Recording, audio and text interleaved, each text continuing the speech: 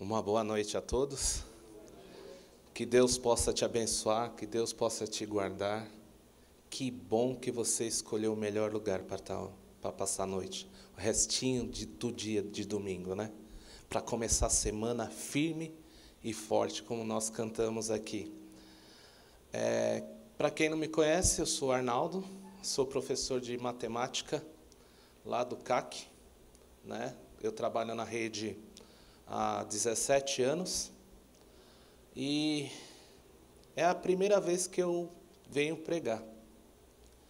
E quem me chamou, ele tem uma conversinha doce, tem uma vozinha doce, que é difícil falar não para ele, difícil. E ele confunde tanto a cabeça da gente que até professor de matemática se embanana. Ele me ligou na sexta-feira retrasada, falou assim: Arnaldo, a gente tem que ver domingo, tudo. Rapaz, eu estou querendo ouvir você pregar. Você é ancião da igreja, ainda não pregou na nossa igreja. Eu quero ouvir você pregar. Olha só, não é esse domingo, é o outro. Aí eu fiz a conta assim, bem rápido. Bom, se não é esse, né? O outro falta 14 dias, né? Aí eu me engrupiu, aí eu lembrei que eu estava na sexta-feira. Mas eu lembrei que eu estava na sexta-feira depois que eu disse sim, que eu disse. E, irmãos, a partir do momento que eu disse sim, as coisas, quando Deus põe a mão, gente, é incrível. O tema ficou batendo a semana inteirinha na minha mente. Inteirinha. E Deus conduz. E que Deus possa me usar nesse momento, que a mensagem venha de encontro com as necessidades. Confesso a vocês que quando eu fiz o sermão, a primeira pessoa que eu estou pregando é para mim. Espero que atinja as necessidades de vocês. Vamos fazer mais uma oração? Querido e amado Deus, mais uma vez, Senhor, somos gratos porque o Senhor tem nos guardado, tem nos abençoado e tem nos protegido.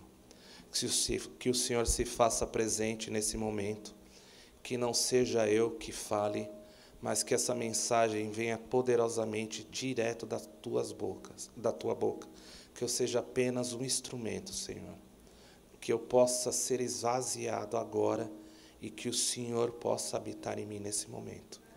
Tira de mim, Senhor, o que não é do teu agrado e nos dê uma ótima noite, um ótimo culto na tua presença e na presença dos teus santos anjos, pois isso eu te peço e agradeço em nome de Jesus. Amém. O sermão de hoje,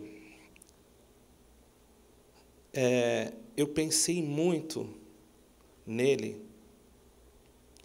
em como Deus nos usa e como Ele usa as circunstâncias e tudo para sua obra seguir. Mas antes da obra seguir, antes dele nos usar, nós temos que permitir. Deus não nos usa se nós não permitirmos que Ele use. E meditando aí no que eu traria hoje para a gente, eu pensei muito em Jonas, em uma parte do profeta, em uma parte que aconteceu lá com o profeta.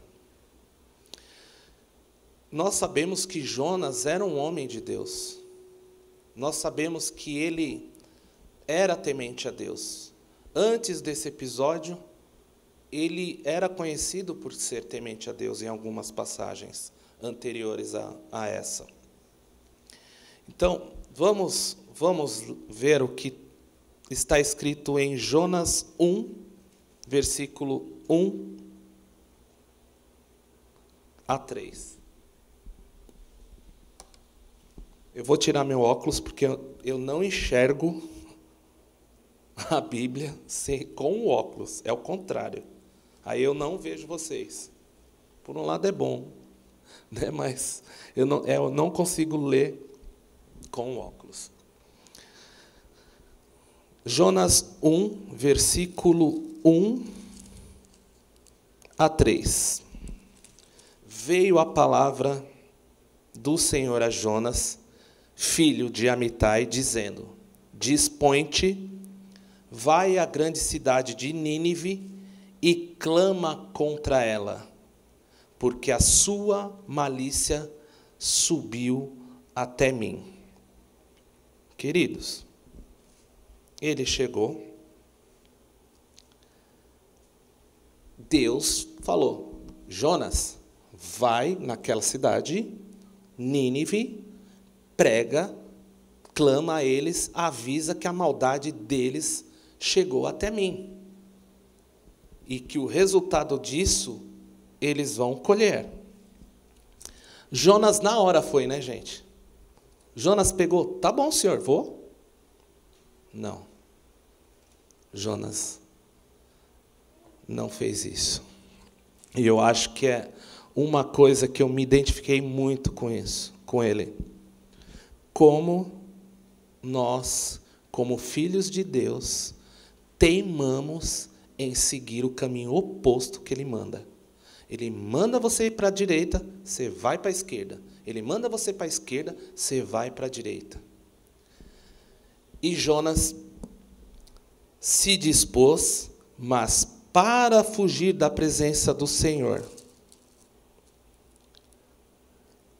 para Tarsis, e tendo descido a Jope, achou um navio que ia para Tarsis, pagou, pois, a sua passagem, embarcou nele, para ir com eles para Tarsis, para longe da presença do Senhor. Jonas pegou o caminho totalmente diferente do caminho que ele tinha que seguir. Ele estava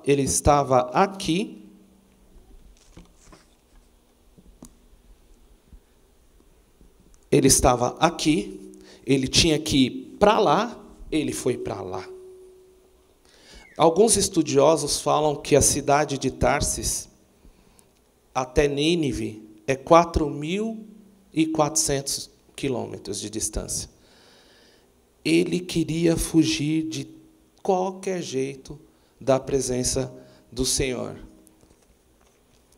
Jonas sabia a missão? Sabia o que tinha que falar? Sabia? Sabia. Sabia o que ele tinha que falar. Ele sabia, ele era capacitado a falar? Era capacitado a falar. Ele conseguiria falar, transmitir a mensagem facilmente?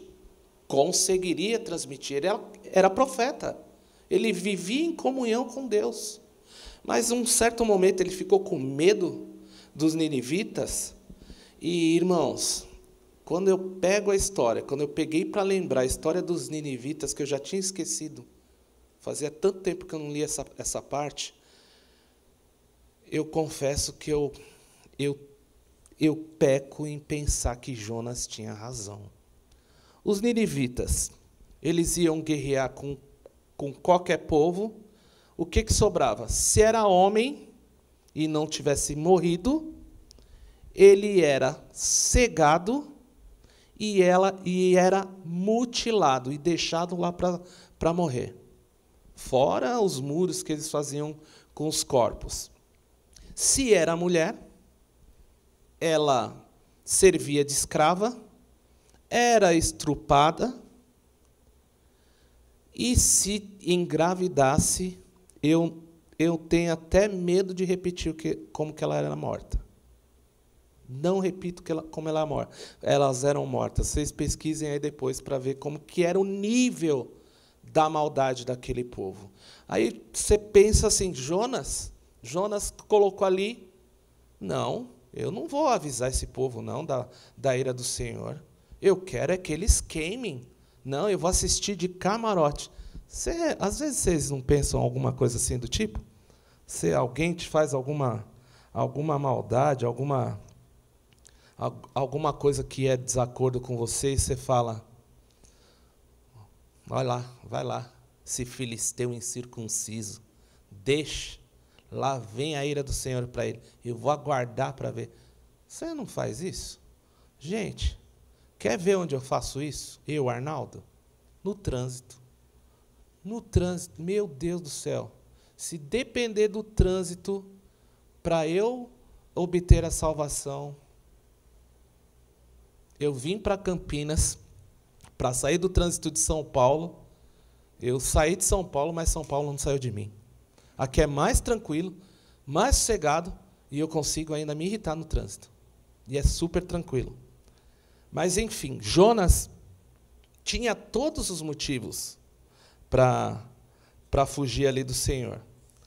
Ele tinha tudo, ele olhava para aquele povo, ele falava, Senhor, não vou fazer, não vou avisar, eu vou é fugir. Você está indo para lá? Eu não vou. E ele foge.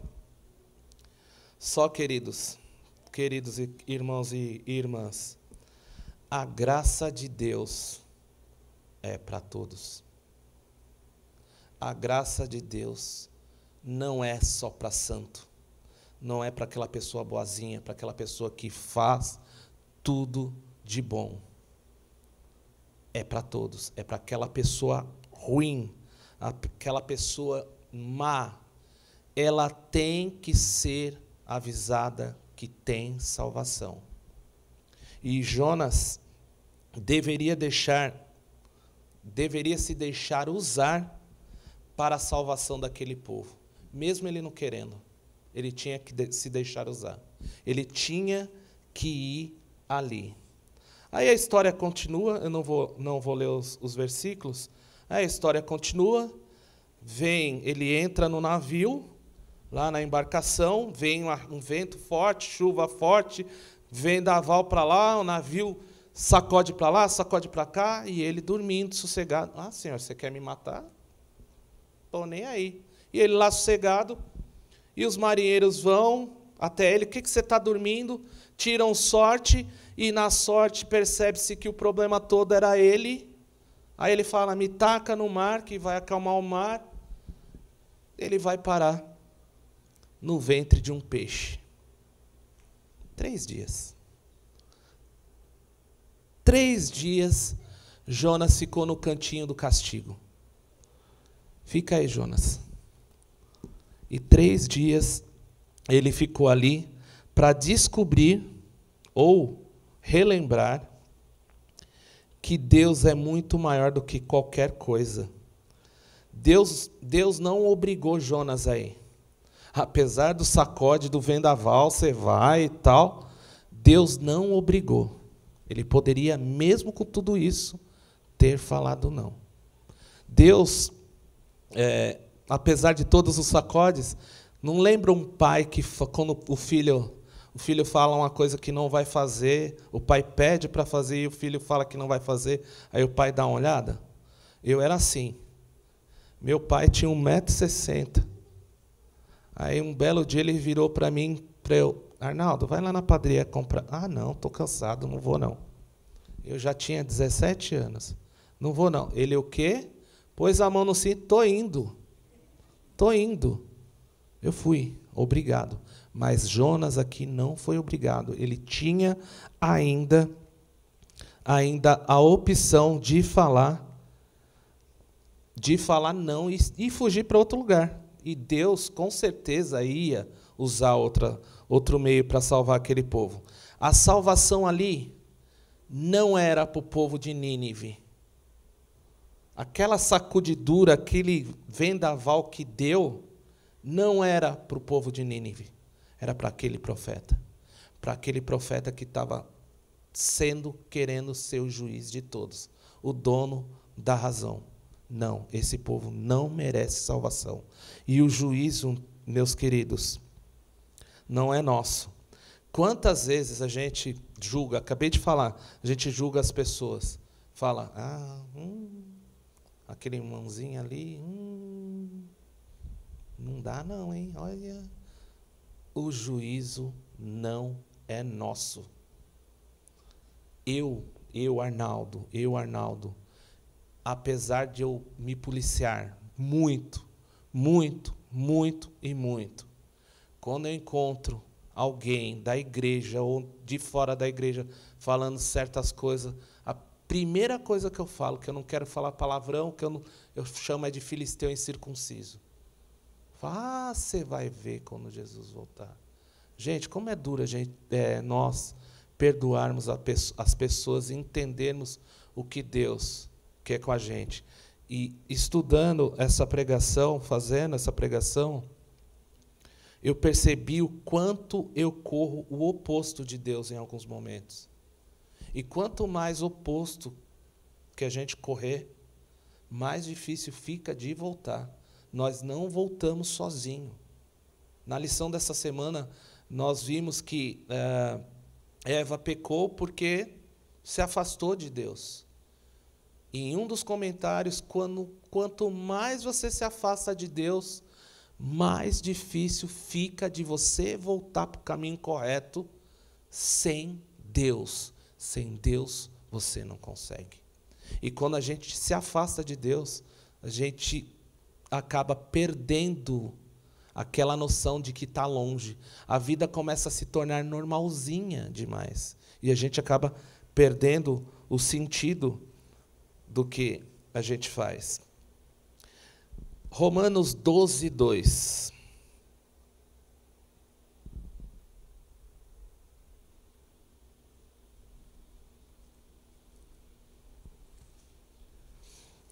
Olha que maravilha.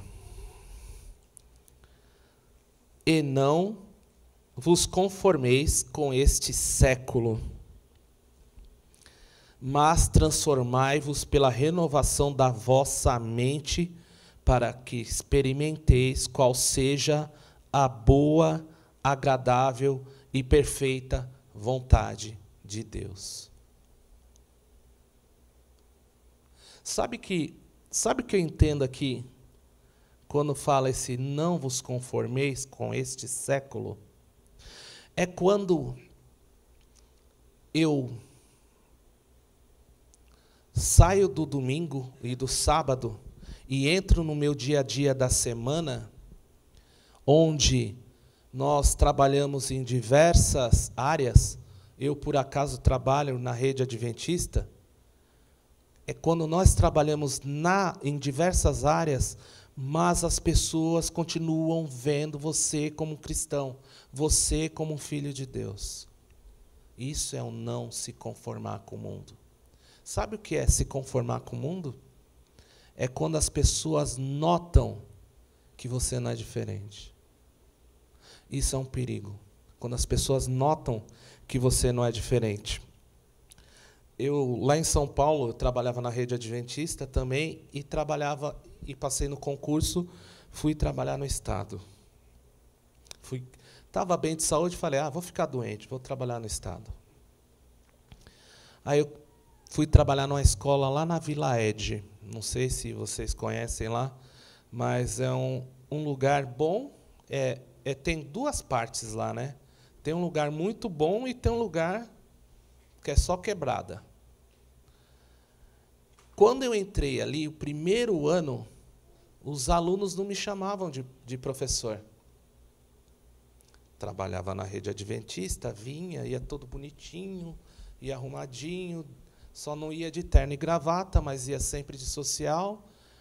Eles sempre me chamavam, ô pastor, você vai dar aula hoje na nossa sala? Não, hoje não.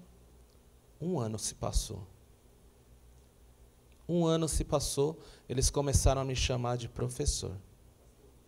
Parou de pastor. Depois de um ano que eu estava lá, eles começaram a me chamar de professor. Depois de mais alguns meses, eles começaram a me chamar. E aí, Arnaldo, você vai dar aula lá na nossa sala hoje? Não vos conformeis com o mundo. Eu entrei de um jeito e estava me conformando com o mundo dali que eu estava vivendo. Ao invés de ser influência, eu estava me deixando ser influenciado. Não que eu fazia as mesmas coisas deles, tudo tal, mas quando alguém fazia alguma coisa errada, eu já não apontava, já não falava, já não brigava, já não... Conformando com o mundo. Jonas no ventre do peixe, entendeu que uma das formas de transformar a vida era mostrar o caminho a seguir. Ele tinha que alertar aquele povo que o caminho que eles estavam seguindo levaria à morte. Ele tinha que fazer isso. Era só entre aspas, né? Eu me colocando na pele dele, eu não sei o que eu faria, né? Hoje talvez com tanto que eu li, com tanto que eu estudei, talvez eu seguiria a ordem de Deus, mas olhando aquele povo, eu entendia. Mas quando ele ficou dentro do ventre do peixe, ele percebeu que ele tinha que se entregar, ele tinha que se deixar usar. Ele tinha que ser instrumento de Deus. Sabemos que depois disso, aquela cidade, todo mundo, todos os habitantes, tudo que tinha lá, se converteu e aceitou a mensagem. E por essa mensagem que Jonas passou, ele salvou muitas e muitas vidas. Aquela geração inteira ali se salvou. Depois veio outra geração, que né, sangue ruim, né, Marcos? Não tem uma história assim, sangue ruim? Pé de rato, um sangue ruim. Depois de algumas gerações, eles voltaram com as maldades e aí se perderam. Mas não é o nosso foco de hoje. Nós temos a missão, queridos e queridas. Você como cristão, eu como cristão, nós temos a missão de pregar o nosso evangelho. Pregar o evangelho para o vizinho, para quem quer que seja. Nós temos que pregar. E cá entre nós, vocês não têm vizinho nirivita, não? Tem? Tem um vizinho nirivita? Eu tenho dois. Inclusive, eles estavam meio em silêncio aí na semana.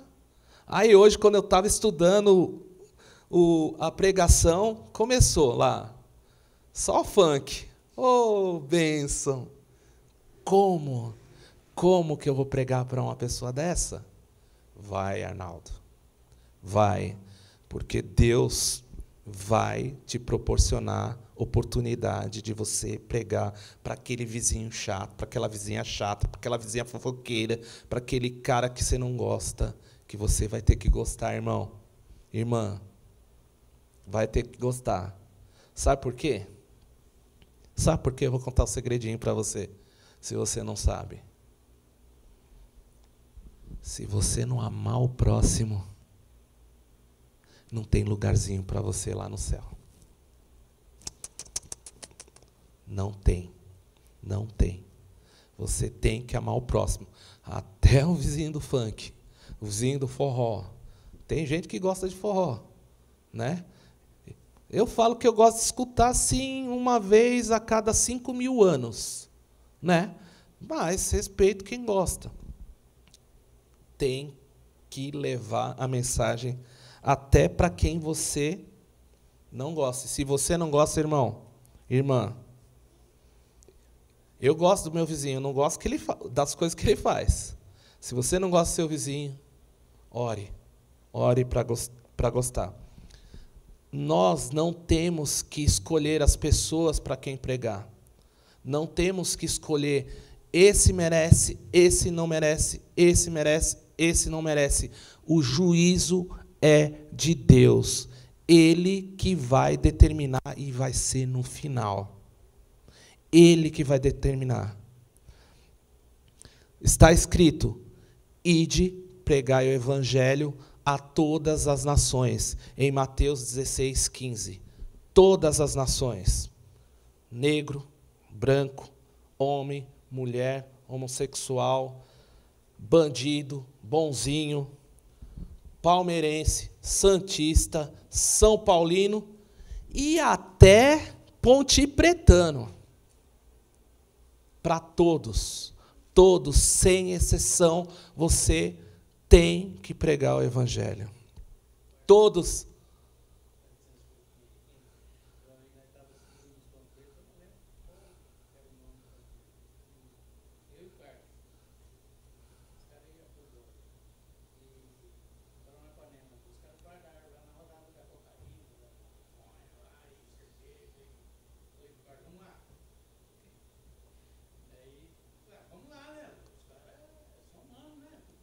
Com certeza.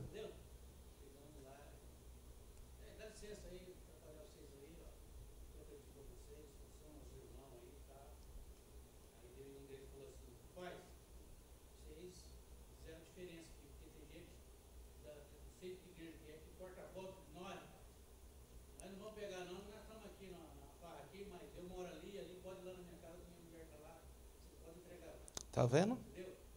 Tá vendo? Deus seja louvado. Tá vendo, irmãos? Combinei alguma coisa? Combinei com você. Gente, Deus é maravilhoso demais. Deus é muito maravilhoso. Você pode ter medo, você pode temer, mas se você confiar em Deus, Ele vai te levar em qualquer lugar. Eu tenho irmãos que trabalham em penitenciária, em vários lugares, eles têm muitas histórias. E, queridos, esses jovens aí que receberam os irmãos, muitas vezes recebem melhor do que muitos engravatados por aí. Muitos engravatados. Sabe por quê? Eles sabem o fundo do poço que eles estão. Eles não são soberbos. Eles sabem onde eles estão e eles sabem o que eles precisam. Só resta nós entrarmos com coragem para alcançar esse povo. E nós só faremos isso quando nós aprendermos o que está escrito em Gálatas. Gálatas 2, 20. É o meu antepenúltimo texto. Gálatas 2, versículo 20. Isso é lindo demais, gente. Logo, já não sou mais eu quem vive, mas Cristo vive em mim. E esse viver que agora tenho na carne, vivo pela fé no Filho de Deus, que me amou e a si mesmo se entregou. Quando nós permitimos Deus trabalhar na nossa vida, não somos nós mais. Cristo vive em nós. Mas para isso acontecer, nós temos que permitir. O nosso eu egoísta tem que sair fora. Não tem como dois ocuparem o mesmo lugar. Ah, mas e metade? Não. Assim como na lição foi comentado que o inimigo usou de meia verdade para enganar Eva. Meia verdade é mentira. Não tem como você servir a dois deuses. Não tem. Em cima do muro é escolha. É a escolha da perdição. Simples. Ou você serve a Deus, ou você serve o inimigo de Deus. Os dois você não vai conseguir servir. E como que a gente faz isso? Como? Estudo da palavra de Deus diariamente. O irmão Marcos comentou na lição aí da semana, estudo da palavra de Deus. Às vezes a gente fica horas e horas assistindo um jogo, assistindo uma novela, assistindo um telejornal que tem um monte de cacareco, assistindo outras coisas, fazendo outras coisas que não nos levam para a vida eterna. e o que nos leva para a vida eterna, que é a palavra de Deus, nós negligenciamos, nós não lemos a palavra de Deus. E peço, e falo de novo para vocês, quando Deus me fez fazer esse sermão, foi para mim.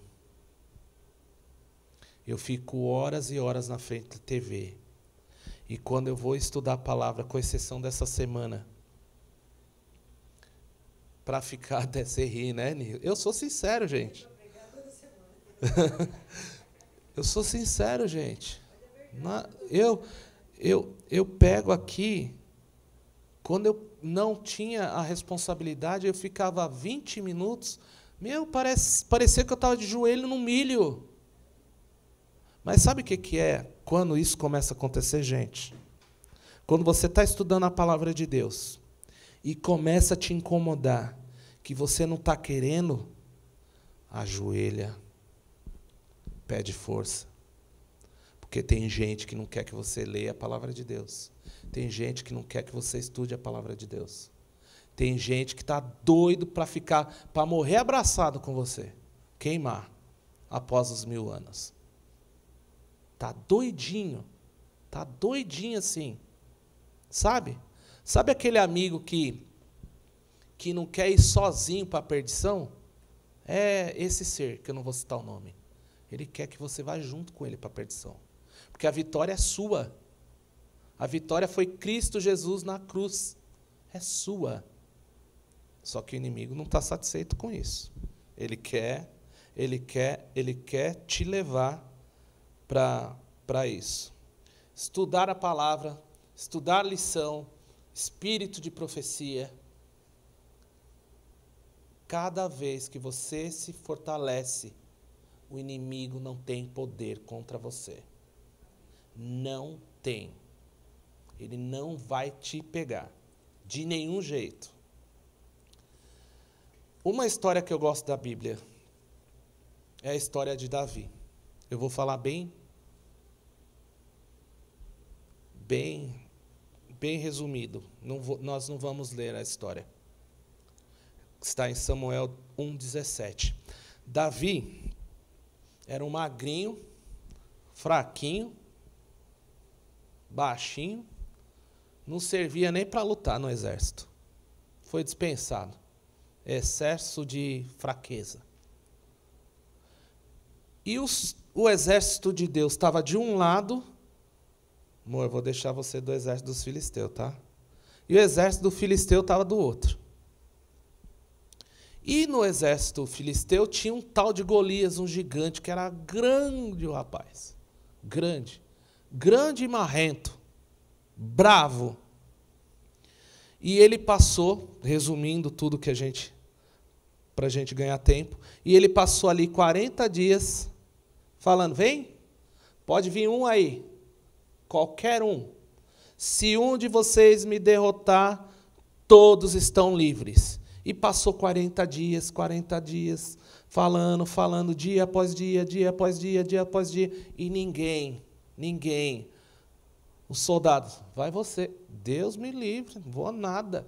Vai, você aguenta, você é grande também. Não dá, não vou. E os soldados todos com medo. Todos. Num belo dia, Davi estava levando suprimentos para os irmãos. Aí ele passou, o gigante, vamos aí, manda alguém, qualquer um aí. Aí Davi olhou para os irmãos dele, eu imaginando aqui, tá? Não está na Bíblia essa parte, não. Eu imagino. E aí? Vocês vão deixar esse filisteu incircunciso desafiar vocês e vai deixar barato? Os irmãos, fica quieto, olha o tamanho do cara. Vocês vão deixar?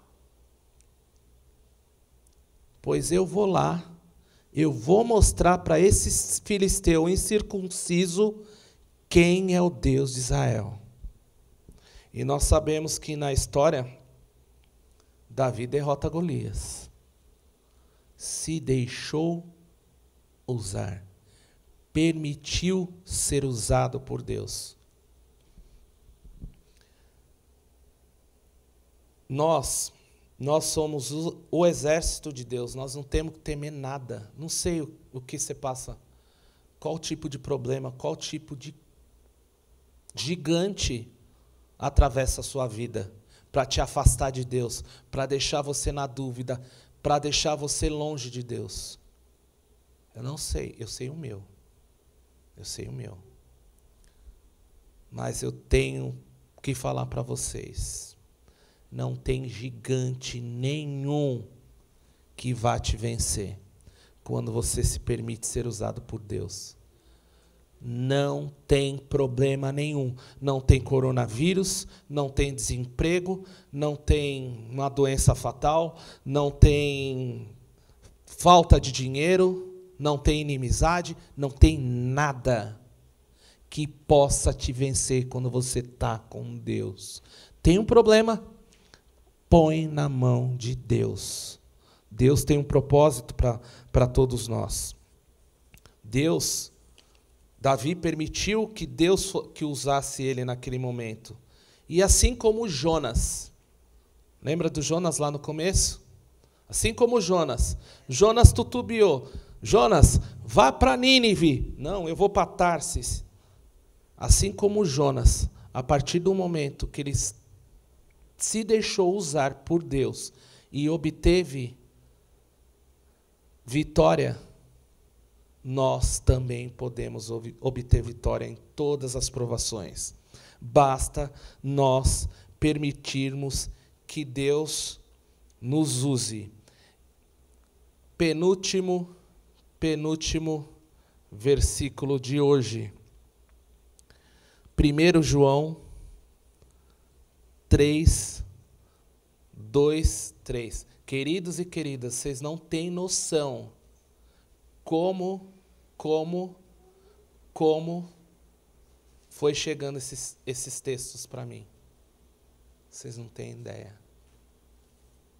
Pensa numa pessoa leiga em muitos momentos da Bíblia.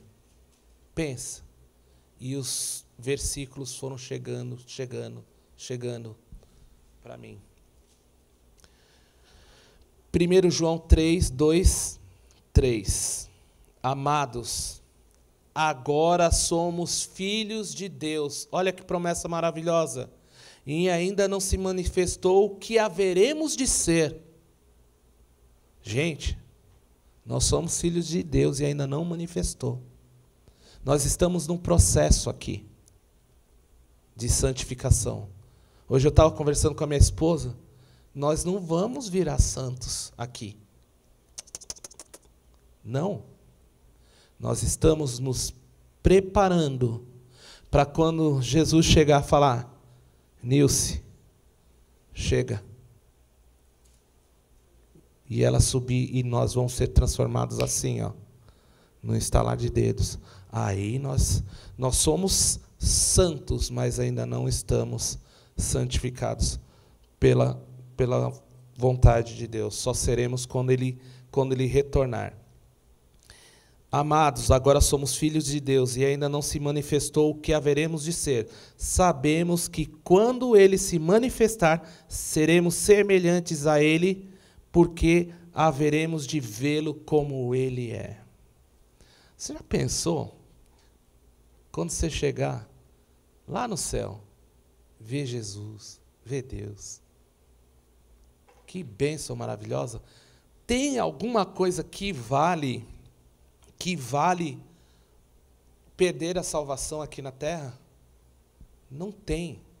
Não tem salvação. Não tem nada aqui. Arnaldo, você gosta de carro, vou te dar uma Ferrari. Mas você troca o céu, eu te dou uma Ferrari. Vai para o inferno, eu quero ir para o céu. Que Ferrari, que nada. Não tem nada neste mundo que vai valer a sua vida. E para encerrar, uma oração que está em Salmos 51, versículo 10, 12. Irmãos, Eu nunca abri esse salmo por mim mesmo. Eu abri essa semana porque Deus tocou.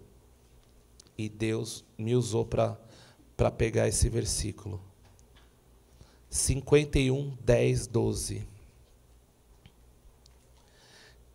Cria em mim, ó Deus, um coração puro. Tira o que não presta, Senhor. Renova dentro de mim um espírito inabalável. Não me repulses da tua presença, nem me retires o teu Santo Espírito. Restitui-me a alegria da tua salvação e sustenta-me com o espírito, um espírito voluntário. De todos esses que eu li aqui agora, um me chamou a atenção. Restitua-me a alegria da tua salvação. Sabe quando você perde a alegria da salvação? Sabe quando você perde? Quando você se acostuma com esse mundo, quando você está inserido nesse mundo. Você esquece que a salvação é muito melhor, que Deus é muito melhor. Você troca Deus por trapos, que é esse mundo. Esse mundo não tem nada de bom. Nada de bom. E às vezes a gente está inserido no sistema. Sábado, domingo, bonito, vamos para a igreja, ou vamos orar. Chegou na segunda-feira, virou o próprio capiroto. Virou. Porque a gente está acostumado a seguir um ritmo frenético e muitas vezes o inimigo proporciona isso para a gente. A gente fica numa correria do dia a dia, a gente não consegue orar. Ai, já acordei atrasado, sai lá descabelado, não escova dente, não faz nada. Você sai de qualquer jeito, você não faz uma oração, você passa o dia inteiro sem orar.